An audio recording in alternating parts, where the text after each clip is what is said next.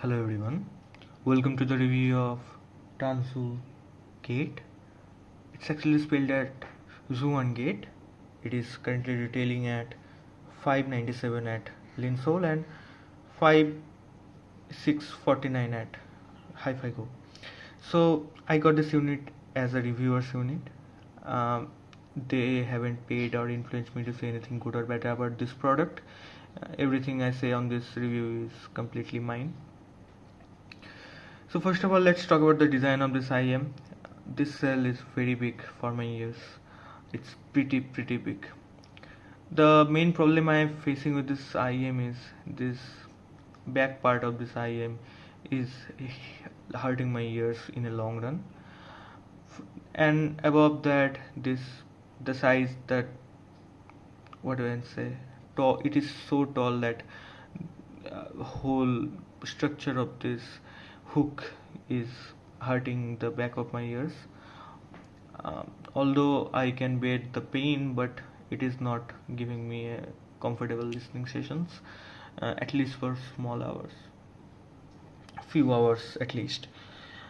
Then the philosophy of this IM, tuning of this IM, is mainly Sennheiser grade.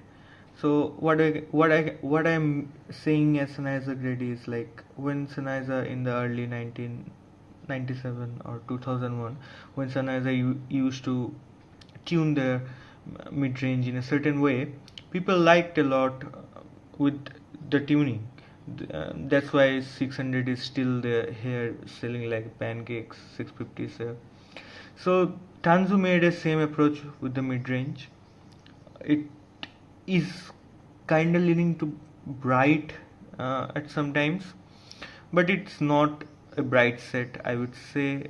Not in the upper mid range or lower treble at least. So first of all, let's talk about the bass. The bass is pretty strong point. The hit, attack and slams are pretty good, but it's not very well extended in the sub bass. What do I mean by well extended? Very well extended means it won't satisfy a bass head in any regard. It is very bassy for me, but I know for most of the people this won't qualify as a bass head IM. The bass is full, thick, it well textured. It feels like a subwoofer is working in this IM itself. Then there is the mid range, which is the amazing part of this IM. The lower mids are the best part of this IM, I would say. They are full, like the mid bass to mid range. There is no scoop as such. There's gradual fall off in the mid range, and my god, they sound beautiful. I listen pretty heavily to Bollywood, and in male singers, this IM performed extremely well. The problem I faced with this IM is with female vocals. Although they are well textured and pronounced, they are not marked by any other frequencies, but they lack a bit of, what do I say, the airiness and the extension that female singers have, that transient thing. Then comes the lower treble. Lower treble is very recessed in this IM. The thing it does is it makes everything sound so smooth, and it doesn't ever hurted my ear if inserted properly. So in that region you have to mind one thing, like if you insert it in a moderate way, it might sound picky in that regard. The upper treble might get hot, but you have to insert the whole thing in your ear. At only this point the treble will sound refined. Or as you can see, I'm using Effect Audio EROS S cable. EROS S cable. So this cable is also nice with this, pairs nice with this IM. I haven't used the TANGZU cable at all just because it is not optimal. It is giving me sharp metallic timbre. It is the cable. It is also moderately good, but the ear hooks are way too stiff and they were hurting my ears too, and the sound quality is not that great either with them. I would say at least they get a 15 to 20% boost in sound quality from treble and soundstage, mostly with the Eros cable. The cable is fantastic, to be honest.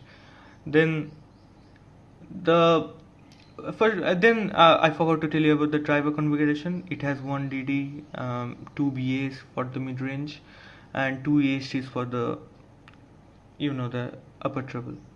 The upper treble of this IM is crazy good. What you can say, it's you can feel that EST is in action for the rest of the frequencies in the treble. There is not enough graph data in the internet to like boost my confidence, but what I noticed is the graph data, of course, on 5128 BNK, they are very variable, like they are not static in any way or form. So this reminded me of the typical moondrop QC problem, where they have way too much unit variation, which you should consider before buying it. Then this faceplate is, you can see this is wobbling, so that might be a problem with the QC. I haven't encountered any other problem till now. So let's talk about the technicalities of this IM. The soundstage is not very big with this IM, I would say. Not with the stock not with the stock cables, at least. But with the Eros, they sounded pretty big. But with the stock cable, you can't get impressed by the treble a lot. It's a stereotypical soundstage where the soundstage is stretched from left to right, not the front or back depth is there by any means. Of course, there is, but not at this price level. Then the imaging capabilities are like not really that good either. Of course, the stereo imaging is very good. You can separate left and right, but the problem happens when you start expecting everything holographically. This won't provide you that. Plus, the resolution capabilities are not at the same level as i600, I would say. It is extremely competent to Studio 4 and Performer 8 type of IMs, but not i600 level, I would say. Then drivability of this IM is pretty good. Not good in sense of it is power efficient. It is very power hungry IM. I am matter of fact, I am using this HD600 with the cable one of my friends made. So when I change the headphones with the earphones, I have to set almost 3 to 5 decibels around that ballpark of volume. So you can expect you know how hard this is to drive properly. If you not drive properly, the sound will sound a bit claustrophobic and the highs won't be there. The IV conversion might get affected. So what I can say with this IM at this price point, at almost $600, where i600 is there, I am reviewing Penon 10th edition next. So keep watching my channel for more upcoming reviews. But at this price point, I would say there is no IM that can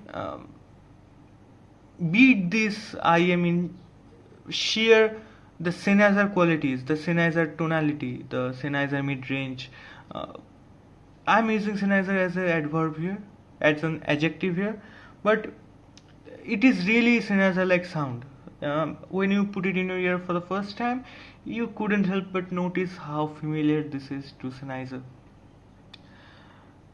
But you should have to try this before buying this, because it's extremely good IEM for the price, but it's not that good that I can assure you that buy it blindly.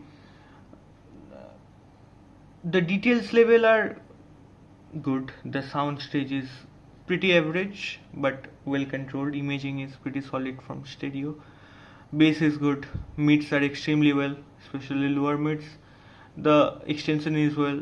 The main problem I had with IEM is of course the upper mids to lower treble amplitude.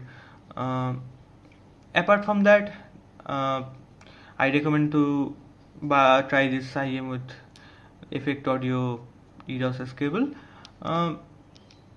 There's that. So yeah, it's a pretty solid IEM from TANGZU, and I think TANGZU did a very good job. They just have to focus a bit on the QC. That's it. Bye.